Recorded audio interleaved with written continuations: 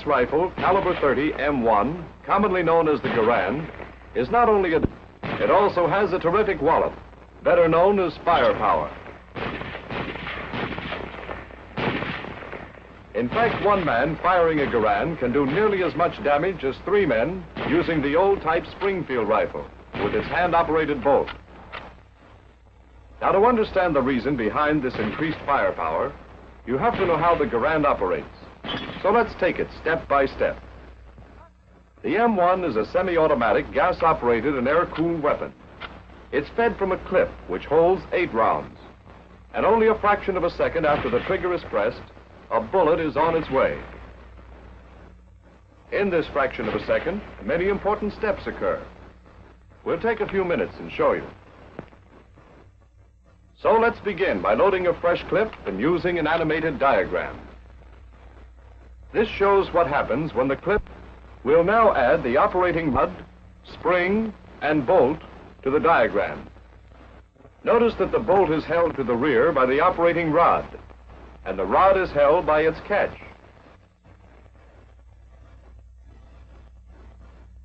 Now watch the accelerator as the follower moves down. It rotates, camming the operating rod catch down. When the catch disengages, the rod starts forward, pushed by its compressed spring, and carries the bolt with it. Take a closer look at the bolt. As it moves forward, a cartridge is stripped from the clip and guided into the chamber by the feed ramp.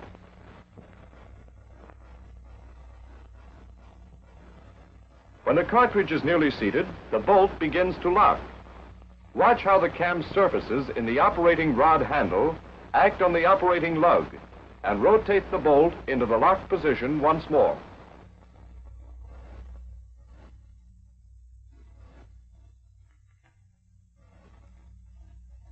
Here's the same action on the rifle itself. Now, as the bolt locks, the extractor snaps into the extractor groove, and the ejector is forced into the face of the bolt, compressing the ejector spring. Remember that this happens as the bolt is locking.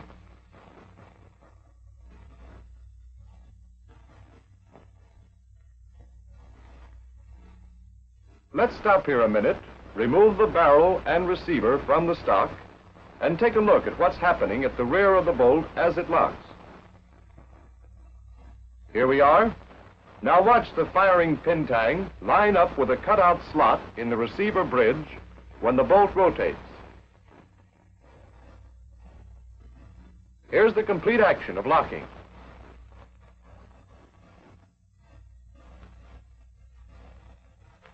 Now that the bolt is locked, we're ready to fire. The hammer was cocked and placed in this position when we opened the breech to load the clips. When the trigger is pressed, the trigger lugs rotate and the hammer hooks are released. The hammer spring forces the hammer forward. Before we fire, here's another point, a safety point in case the bolt is not locked. The bolt camming lug on the left side of the hammer engages in this cutaway portion on the bolt. If the bolt is not completely locked, either the lug will cam it into lock position or the hammer will not strike the firing pin tang. So much for the safety feature. Now back to the hammer again. The lug engages the cutaway portion of the bolt, and the hammer strikes the firing pin tang, driving the firing pin through the face of the bolt and igniting the round. The bullet travels along the barrel. Part of the exploding gas escapes into the gas cylinder through the gas port, and this gas pressure drives the piston and operating rod back. The operating rod moves back about 5/16 of an inch before it hits the operating lug. In other words, the projectile leaves the muzzle before unlocking begins.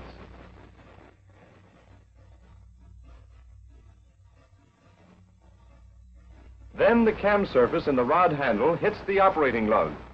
The bolt turns, unlocking the lugs from the receiver. Watch it again.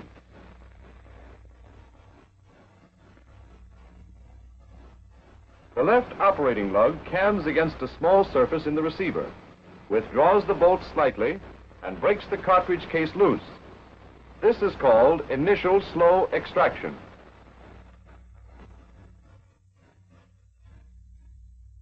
At the same time, the bolt camming lug is cammed out of its notch and forces the hammer away from the firing pin tang.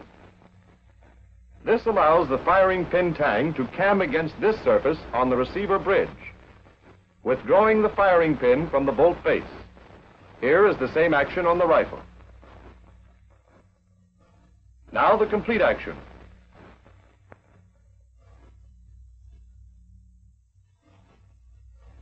The bolt then is free to move on, and the operating rod continues back with the bolt, compressing the operating rod spring.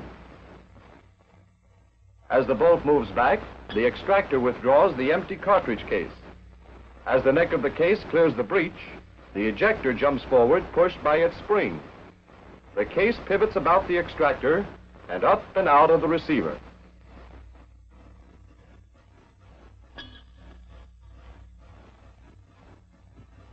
Here's the same thing in animation. Now, as the bolt moves to the rear, it forces the hammer back, which compresses the hammer spring. There the bolt is back, and the hammer is caught by the sear. But look at it again. Notice that the trigger is still all the way back, after the hammer is caught by the sear. The reason is that the hammer is back before the finger can release the trigger. Watch this action in slow motion.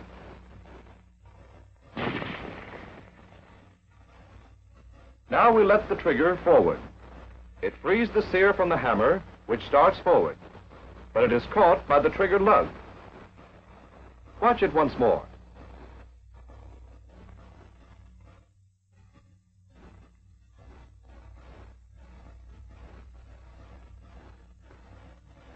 Let's take a look at the same action on the rifle itself.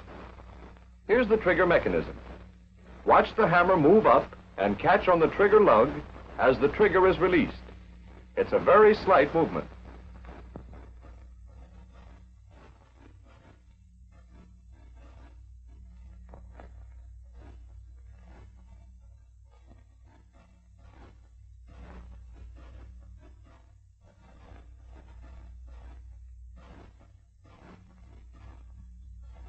Now, as the bolt reached its rear position, the magazine was uncovered, allowing the empty case to be ejected.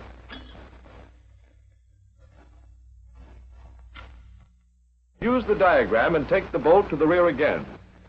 Notice the follower move up, pushed by the follower arm, rod, and spring.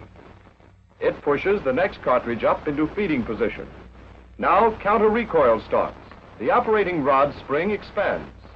The rod moves forward, pulling the bolt. The bolt strips a fresh cartridge from the magazine and seats it in the chamber.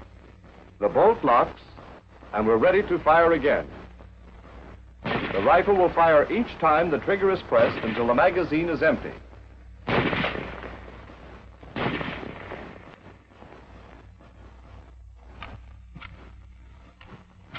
Then, when the bolt reaches the rear position, the follower is forced to the top of the clip, and the clip is ejected.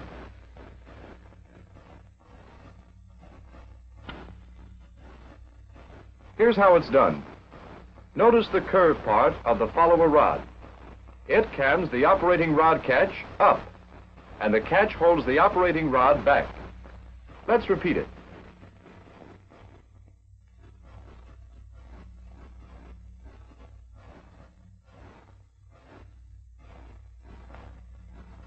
At the same time, the rear arm of the rod catch pivots, forcing this stud of the clip latch down. The clip latch spring is compressed, and the latch disengages from the notch in the clip. The clip ejector forces the clip up and out of the receiver.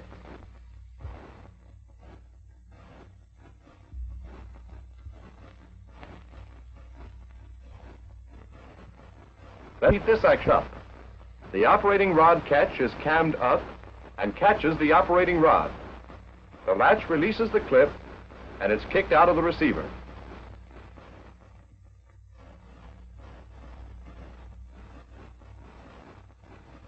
When the fresh clip is loaded, the clip latch spring expands, and the latch again engages the clip. .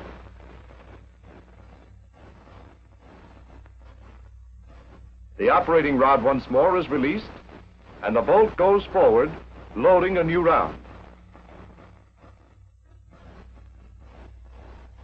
Now for the safety. To set the rifle at safe when it is cocked, pull back the safety so that it is inside the trigger guard.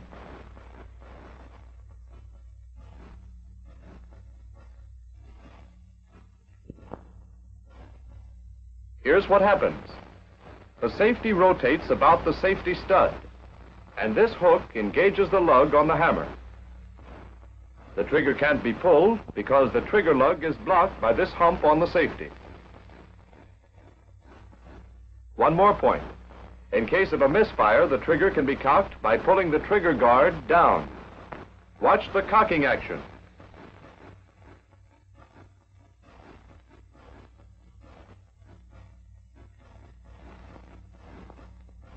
Now let's go back and review a few points. A loaded clip is inserted.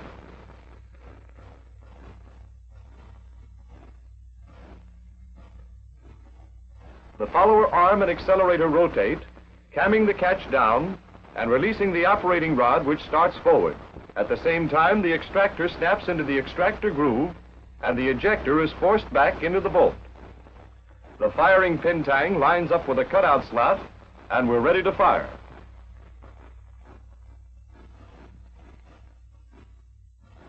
The trigger is pulled. The trigger lug rotates and the hammer goes forward. The firing pin is struck and the cartridge fired. There goes the bullet. Part of the gases escape into the gas cylinder and drive the piston and operating rod back. The bolt is hit, rotates, and starts to unlock. Slow initial extraction takes place. The hammer is cammed back slightly. The firing pin is withdrawn from the bolt face. Unlocking is now completed. The empty cartridge case is withdrawn and ejected. The bolt continues back and rides over the hammer. The hammer rotates back and is caught by the sear. Now the trigger is released. The hammer slips from the sear and is caught by the trigger lug.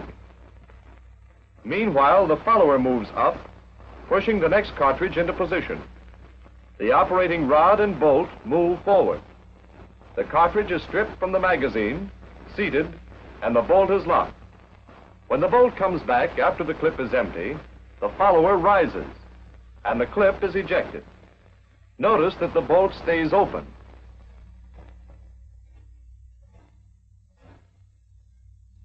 Well, that's the inside story of the M1 rifle, and it took quite a while to show what happens in just a fraction of a second. However, a knowledge of how the gun operates will help you plenty. Whether you're in the field or in the shop, if you know your weapon thoroughly, you can keep it firing.